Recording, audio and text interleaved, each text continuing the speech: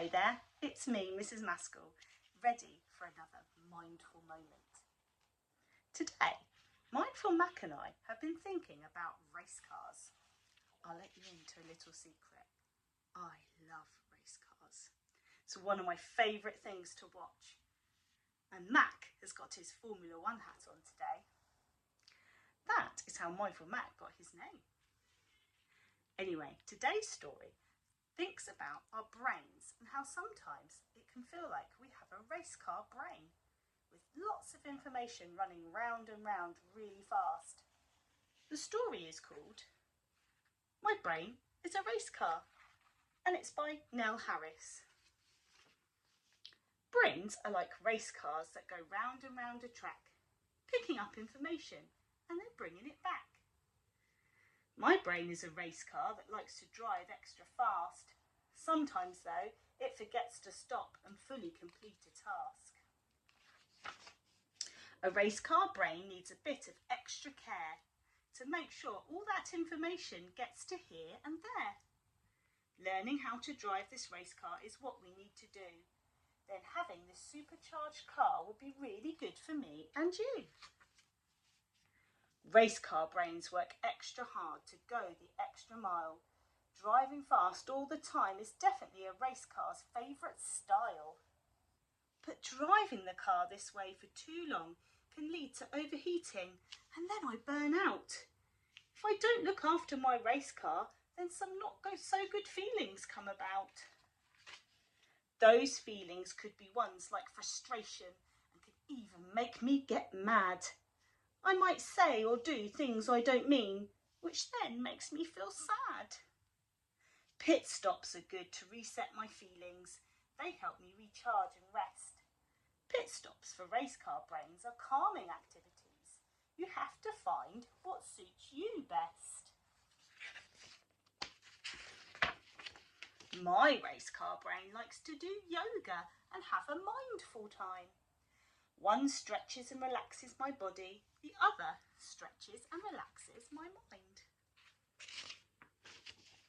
Sometimes I can't think clearly when my race car engine gets really loud, or being around lots of people, like in class, or when I'm in a big crowd. When the noise gets too much, finding a quiet space for 5 minutes or some sound muffling headphones can help me get back in it. Every now and then, my race car can get confused or distracted and not know where to go. So what I do is take 3 big breaths and try to take the next track a bit slow. Sometimes my race car drives off down its own track, speeding away and not looking back. Going off on these tracks is what some people called getting in the flow, staying on it for hours at a time, never losing gusto. Others might see it as though I'm not interested or I don't care, but it's really hard to keep a race car still at lights for a long time just waiting there. The fuel for our car comes from the food we eat and how much we sleep. What we choose affects how they run. Good fuel choices helps cars stay on track, wait our turn and be able to listen to everyone. When I'm going fast, things can sometimes get lost or information gets forgotten. Forgetting and losing things isn't fun. In fact, it can make me feel quite rotten. What's happening is my race car goes so fast that sometimes it misses an important stop. Having a plan for my day is like giving my race car a map. That way I stay on track and come out on top.